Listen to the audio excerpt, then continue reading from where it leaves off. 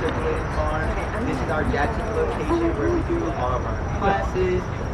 So this is part of our Wednesday night series. We do classes every single Wednesday. Sometimes we don't have a specific theme. Sometimes we just have open hours where you can come ask our farmers to get questions. But we also keep the schedule of all of our classes on our Instagram and through our newsletter. So if there's ever a particular topic that you're interested in, just shoot us a message on Instagram or something. And if we don't have knowledge about it, we'll find an expert and we will put it on the calendar for y'all. Tonight we're doing elderberry with Billie. Bushels and bushels of elderberry trees, elderberry plants. And the unfortunate part is that the Highway Commission, when they go and they remove these plants because they see them as trash trees. So it's kind of, elderberry is a native plant to North Latin and South America, and it's still considered a folk plant, folk medicine, because as we see, it's not supported by our municipality, by our government. You'll only find a few farms that are maybe just starting to cultivate it for medicinal use. But on the other hand, it's getting very, very popular in the stores. You see elderberry syrup, elderberry lozenges, you'll see elderberry, what else? Tea, yeah. And then the flowers, of course, too. So the growing season for elderberry is, first of all, I'll show you what it looks like so that you can idea it yourself out in the wild. Elderberry is one of those medicines, and one of those plants, much like raspberries, blueberries, that like to grow in disturbed soils. So you'll see them, like I said, on the edge of highways, on the sides of fields, maybe in some ditches, some streams. It'll really only take up space that most other plants can't, and that's partially why it's just stayed without being cultivated. It's just, we don't know. The elderberry, if it's an older plant, the stalk can get very, very thick, and it can look like a tree. It's kind of in the middle between a bush and a tree. I'll pass this around. This is an example of one of the, thank you very much, one of the branches. So you have the branch, and I want you to take a look at inside of the branch, because if you hollow out the pith, it has a very soft pith inside. If you hollow it out, they used to use it for making whistles, for making music. And fun fact, elderberry is what Harry Potter's wand is made of. So, elderberry is Harry Potter. Harry Potter. He's using one of these. So if you're not careful, you might perform some serious nightmare. Take a look at the green berries at the end. So that is an immature berry. So when you're looking for elderberry, you want to look for that leaf pattern. You want to look for that stuff. But you only want to use the berries once they're deep, dark purple. And even then, you don't want to ingest any part of the plant raw, because it does have properties in it. It does have chemicals in it that can cause a negative reaction. So the way that you make elderberry syrup is you have to denature the berries by cooking it. You can either harvest raw berries, or you can buy them in the stores dried. Here we got sun-dried elderberry from Dardar's Bayou Plant Nursery LLC. Naturally and responsibly harvested American elderberry. If anyone wants to take a look at that and try to source their own. Where did you guys from? They were a gift from the John Charles tribe. Mary Ann does some legal work. So they're from one of the indigenous tribes that there is a farm out in Greater New Orleans that is now growing elderberry, and I've seen their products at Laughing Buddha Nursery out in Metairie. That's the last time that I saw it, like, in a shop. So that's one of the farms that are committed to producing elderberry syrup. And again, if you go out in City Park, I mean, I've seen tons of local elderberry bushes that you can harvest from for free. You just got to get to know the plant, and you just got to go hunting a little bit. Here in Louisiana, we have really two main seasons for berries. I would say midsummer is when the berries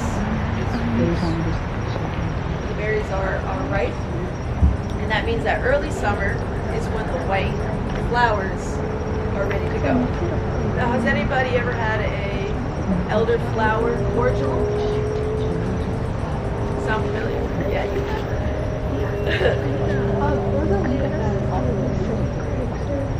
What? Sorry. Oh, Rosalina, apothecary? Yeah. That's great, yes. But I don't know. Yeah.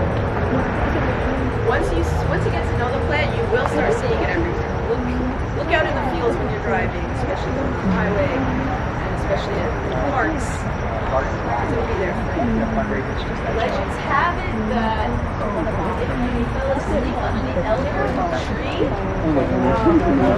that you would be susceptible to being having your stuff taken by the fairies, because the fairies like to guard this tree at night. It's a very important tree in folklore. Elder comes from the word ald, A-E-L-D,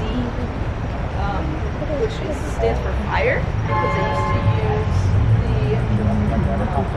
the small parts of the stalk as kindling for fire. It's a very important tree in pagan history.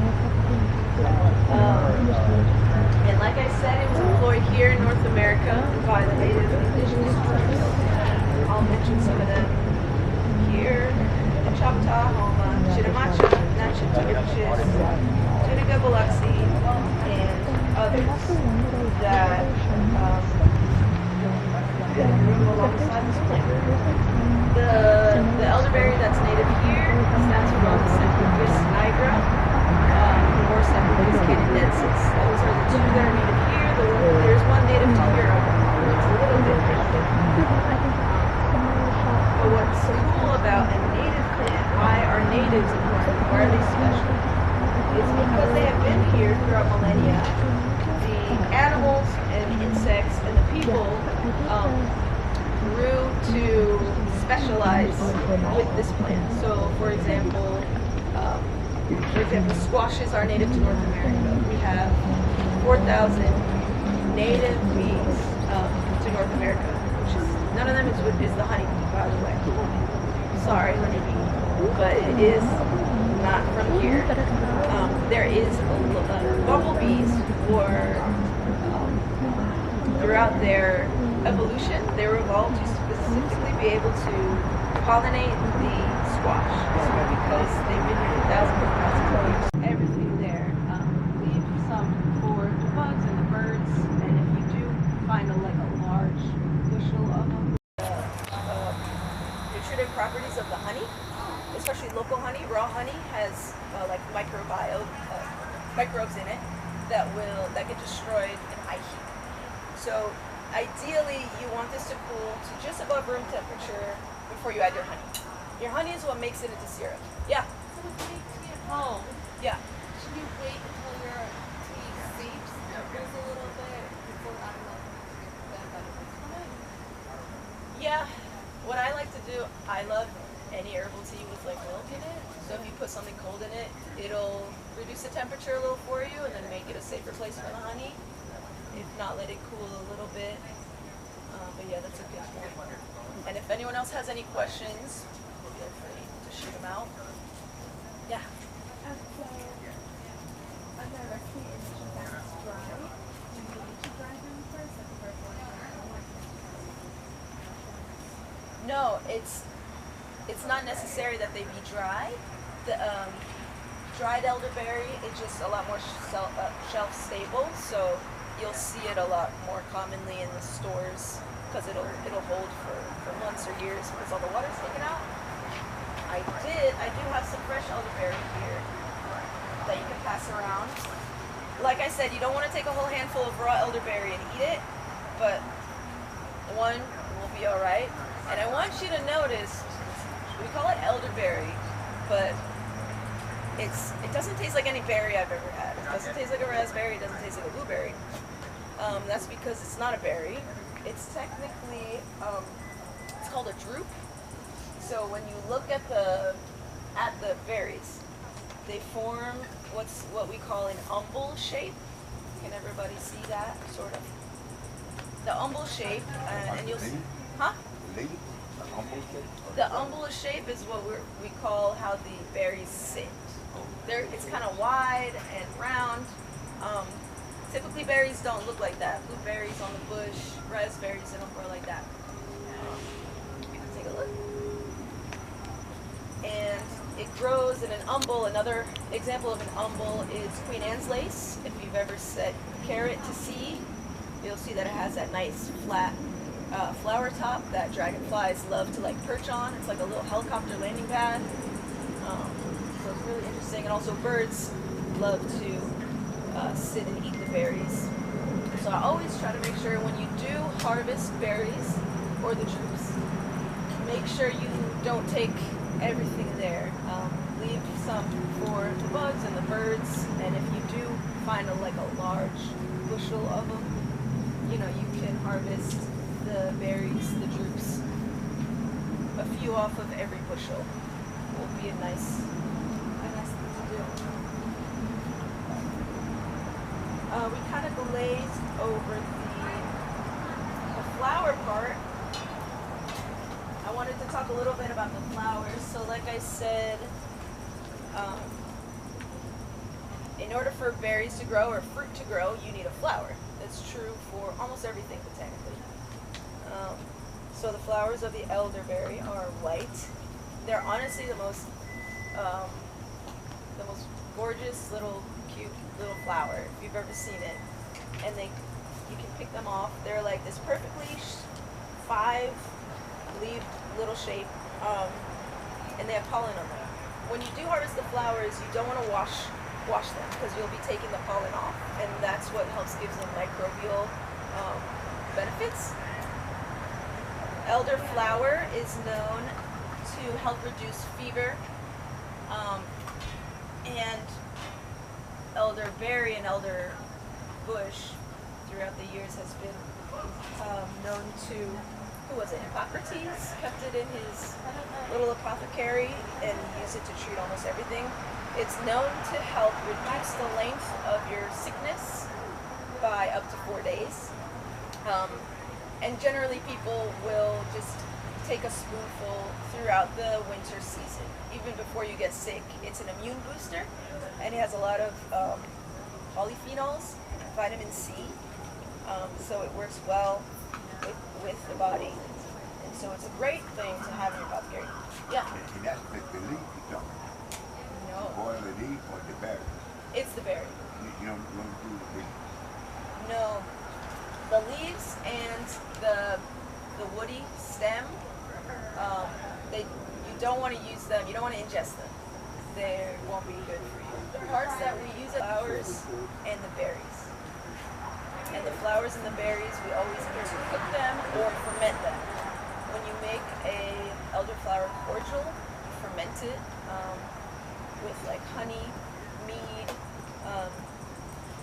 and in that fermentation process, it creates alcohol. So it's a pretty cool thing to experiment with.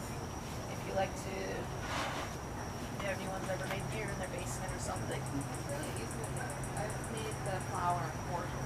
You have? Yeah. And it's Saint Germain, so anytime a cocktail asks for Saint Germain, it's elderberry. Why do you think they call it that? I don't know, I couldn't figure it out. I thought about it, and then it But that's cool. How long did it take to ferment? It took 3 minutes. But you had it in like a 5-gallon bucket. No, I think I might have diffused it. I don't actually remember how I did it. It's really good. I made it a few years ago. Did you harvest the flowers? I did. Yeah. Where'd you find it? Backyard? My neighbor's yard. The best part about having dogs is being able to steal or take flowers. Yeah. And walk. It's true. With an aspen, so people are more likely, oh, you can have flowers. Yes, I've seen many a elderberry bush on the sides of people's lawns, like full of berries. Are they gonna use it? I don't know. It might be worth it to ask them a few times. It's so good. Did anyone taste the berries? We have a couple brave members. Sorry.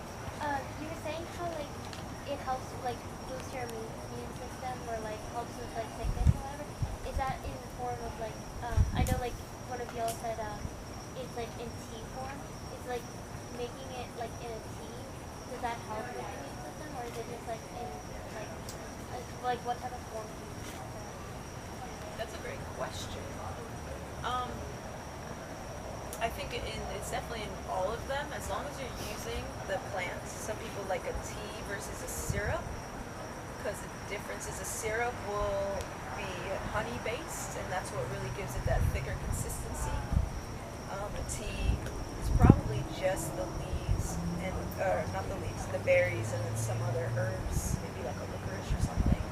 They're both great, because like I said, you can see in the richness of the color of the berry or the drupe how powerful it is. It's like super dark, it's plump, and all you need is to cook it for 30 to 40 minutes, up to an hour and a half. So when you are making it on your own, when you're making any type of syrup, the consistency depends on how long you're boiling for, how much water comes out, and then how much honey you put in there.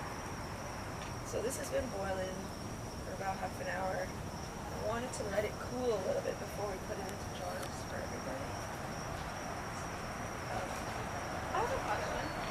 Is it better to cook it on the oven or stove, or is it better to Instant Pot it? Recipes for both.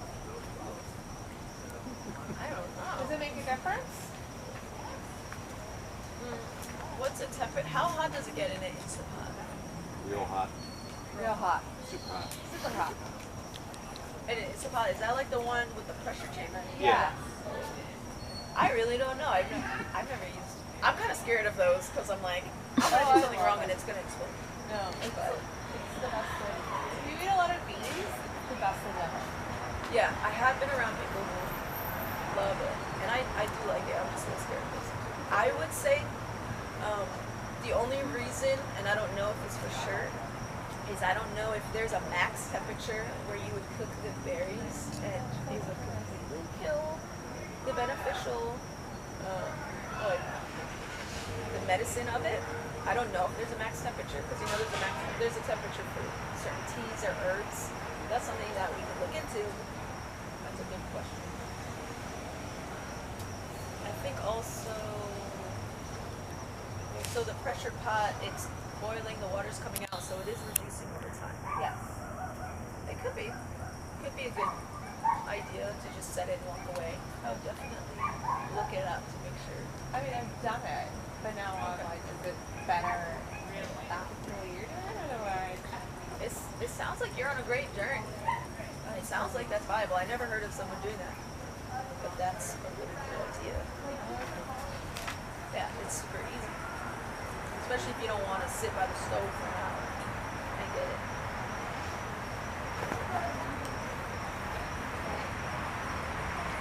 The other thing about syrups, so it's really, really handy for children. If you, or your whole household, when you have elderberry syrup, to take a spoonful every day throughout the winter season. We know that we don't want to feed babies under 1 honey, so just keep away from that. And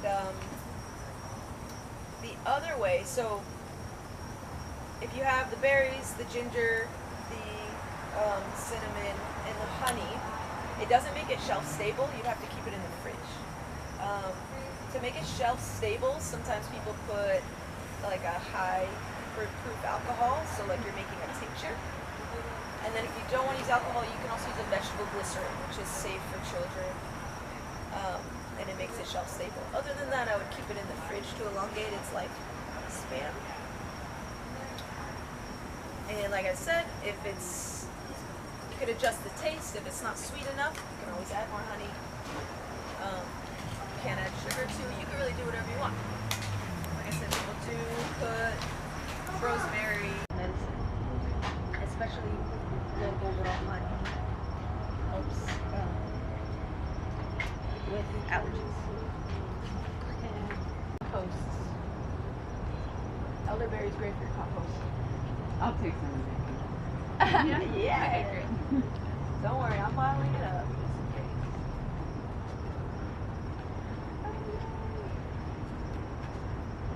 Don't almost sit. Don't almost sit. Humble, like a humble Lorella. Oh. You know? Oh, or good.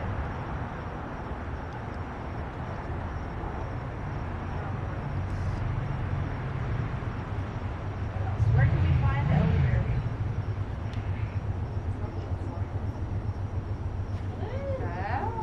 Yes.